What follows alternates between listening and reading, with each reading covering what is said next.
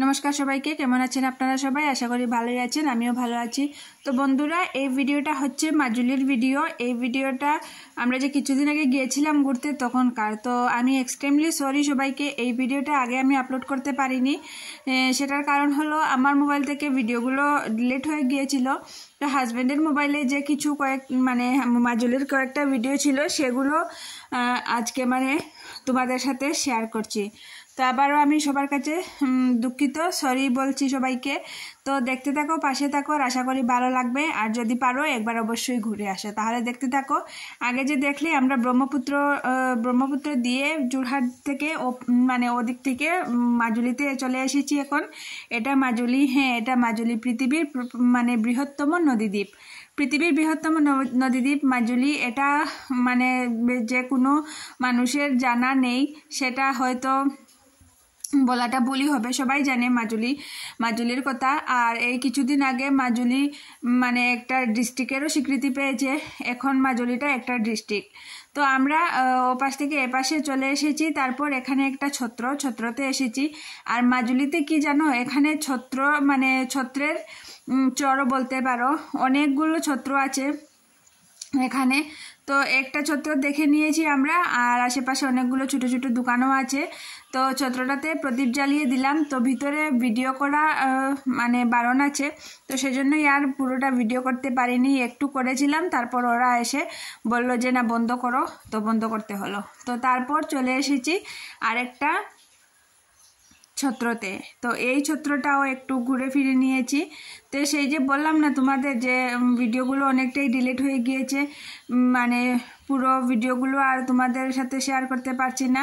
তো এই যে নেক্সটে যে ছত্রতে গিয়েছিলাম, সেই ছত্রটাতে একটা মিউজিয়ামও ছিল। মিউজিয়ামটাতে তাম্রলিপি থেকে শুরু করে এত কিছু, লাচিত বরফুকনেরও তরোয়াল যেটা দিয়ে উনি যুদ্ধ করেছেন, তারপর বলম যেটাকে বলে যুদ্ধ করেছেন যেটা দিয়ে, সেগুলোও আছে। তো মিউজিয়ামটার ভিতরে কিন্তু ক্যামেরা নেওয়া বারণ আছে, তো সেটা আমরা দেখেছি। তো আমরা তাম্রলিপিটাও দেখলাম, অনেকগুলো ঐতিহাসিক জিনিস। তারপরে ওই যে হাতিকে কিভাবে করা যায়, হাতিকে কিভাবে বশ করা যায়, বা হাতির কোন রোগ হলে কোন ঔষধ দিয়ে সারতে হয়, সেটার একটা বইটা অনেক বছর পুরনো। তো সেটা থেকে আরেকটা কপি করে রাখা আছে, সেটাও রাখা আছে, আর সেই পুরনো বইটাও রাখা আছে। তো সেগুলো দেখলাম, প্রাচীন মুদ্রাগুলোও দেখলাম। তারপর অনেক ধরনের বই আছে, সেগুলো দেখলাম। শঙ্খ দিয়ে বানানো জিনিস, সেগুলো দেখলাম। তারপর খড়ম দেখলাম, তখনকার রাজাদের যে খড়মটা আছে এত বড়, সেটা দেখে অনুমান করা যায় যে তখনকার দিনের লোকেরা কত টল ফিগারের ছিল আর কি, সেটাই। তো সেটা দেখে তারপর এখানে চলে এসেছি। এখানে একটা ছোট্ট লেকের মতো আছে, আর এটা একটা রিসোর্টের মতো। তো এটা এখন বন্ধ আছে আপাতত। তো গড়গুলো দেখে খুবই মন কাড়লো, তাই চলে এসেছি এদিকে। এটা খোলাই আছে এখন, যেহেতু লোকজন নেই, কিছু মেনটেনেন্সের লোক আছে এটাই আর কি, আর তেমন লোকজন নেই। তো সেখানে একটু ঘোরাফেরা করে, অনেক লোক এসেছে, তারাও একটু বাইরে থেকেই দেখাশোনা করে, তারপর আবার সবাই চলে যাচ্ছে। তো এখানে একটু আমরা ফটো উঠলাম আর কি। আর ওই যে দেখো লেকটার ওই পারে দেখা যাচ্ছে একটা বড় রাবণের মুখ, তো সেটাও দেখে ফটো উঠে নিয়েছি।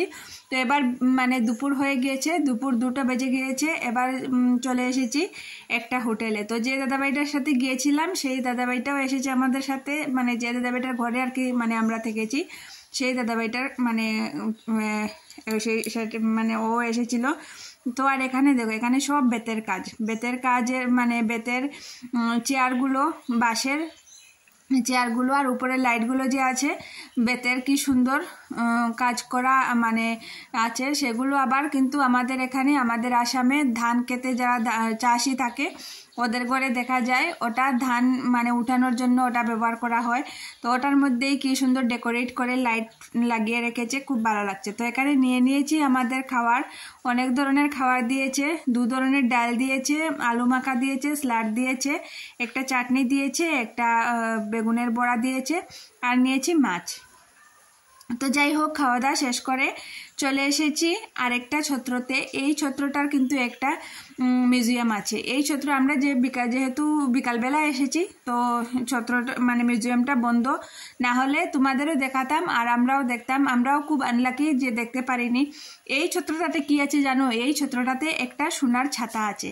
হ্যাঁ, সত্যি বলছো, শুনছো বন্ধুরা, একটা সোনার ছাতা আছে, যেটা মানে মিউজিয়ামে রাখা আছে, সবাই দেখতে পায় গেলে পরে। তো আমরা যেহেতু বিকালবেলা গিয়েছি, তো সেটা আর দেখতে পাইনি।